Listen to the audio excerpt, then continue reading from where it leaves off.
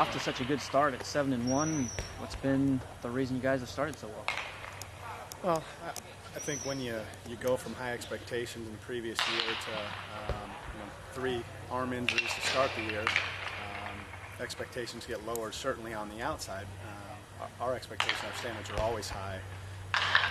But I think it's a culmination of our guys deciding they were going to be tougher than the situation and really wanting to be authentic and get after it and prove that this 12 Ducks team was a team that's going to show some toughness regardless of the final score. The fact that you didn't play Tuesday, but you're kind of on a roll, a little disappointing that you didn't play. Do you want to play more because you're on a roll? Yeah, and, the advantage of going to the University of Hawaii and playing is you get 4 free games per NCAA rules, and we certainly take advantage of the full 60 games, and we want to play every game on our schedule. We just, in hindsight, it was the right decision. Certainly didn't want to get Portland on the bus for 2 hours and get everybody here and fired up for a home opener and have to pull the plug on it. So it worked out that way. Certainly be able to reschedule that, which we will at the end of May, and we'll look forward to that under better weather circumstances. Right. Well, you're supposed to play this weekend as well with Long Beach State. I mean, are you hoping you get those in? Yeah, I mean, certainly. And looking at the forecast, I'm certainly not a weatherman, but I like to play one. That's one of my responsibilities. And so far, so good. Looks like sun for Friday, Saturday, Sunday, and 54 and 56. But you know as well as we do that can change in a drop of a hat. So. You talked about expectations. The team was ranked in the top 10 last year, and Horton, you can admit it, we talked a lot about it, but they built it up maybe a little bit too much last year and really open about their expectations. Kind of maybe snuck up on some people, this year so far. But now you're ranked again, and in a sense, how do you think the guys are going to handle it now? And then you guys are back in the rankings, you're back in the running, obviously a lot of attention now. And you sense that this is a group that can handle that maybe a little bit better? Yeah, and we saw shades of that in the fall. I've been here for 3 years now, and coach obviously since the inception, but of the 4 years we've been here, it's been the best groups in terms of study hall, not been that bad, and with Coach Rad's excellent in the weight room, it's been the best group. So we saw shades of what might be in terms of their character and their makeup.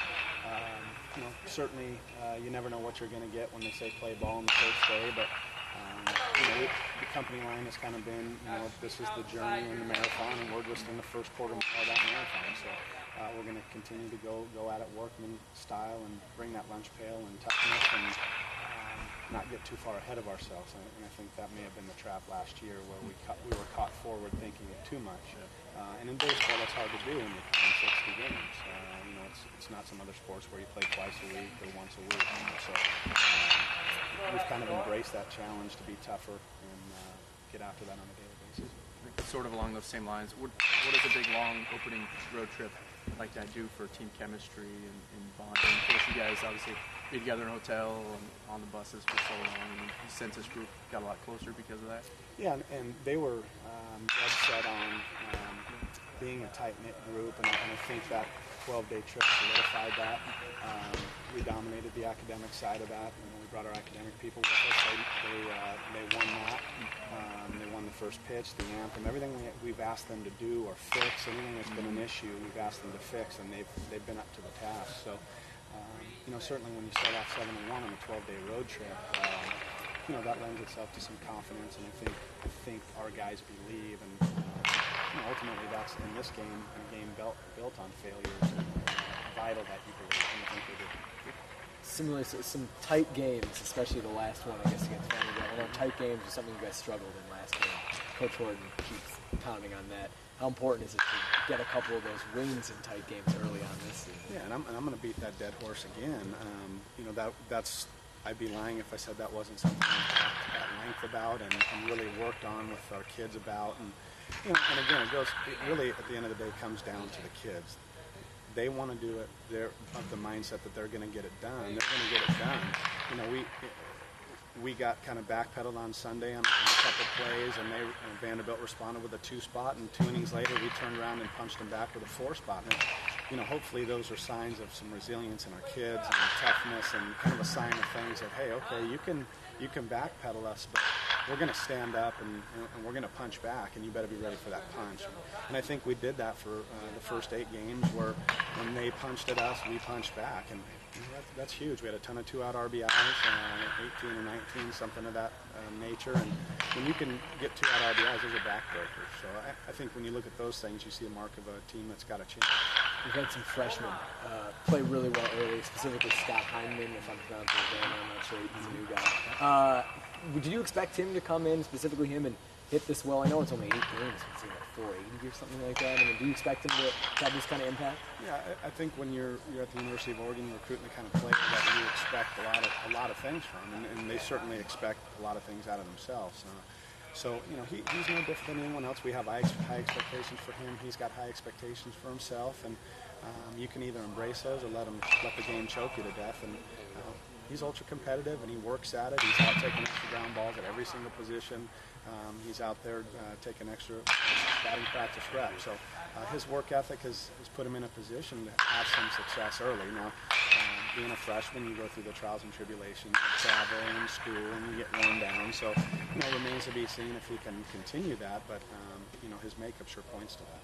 Jake Reed on the pitching line, inserted in the rotation, and he's done very well.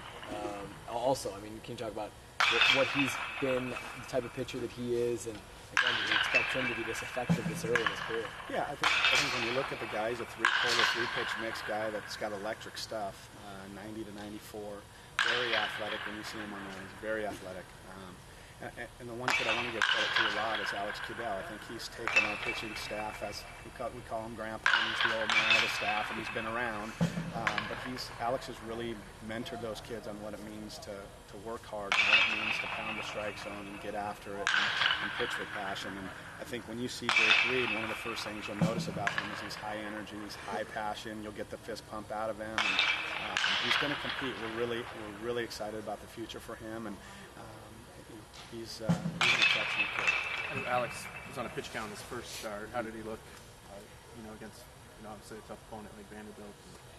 Obviously let him go a little bit more. Yeah, Coach Horton and Coach Stiles decided, it was best for him just to we wanted to ease him in. And, sometimes you get in a competitive situation where you get a close game and you say, well, we got him on a pitch count, but we want to win this game. Coach stuck to that, and I don't think Alex was probably at his sharpest against Hawaii, but against Vanderbilt, he was as good as it gets.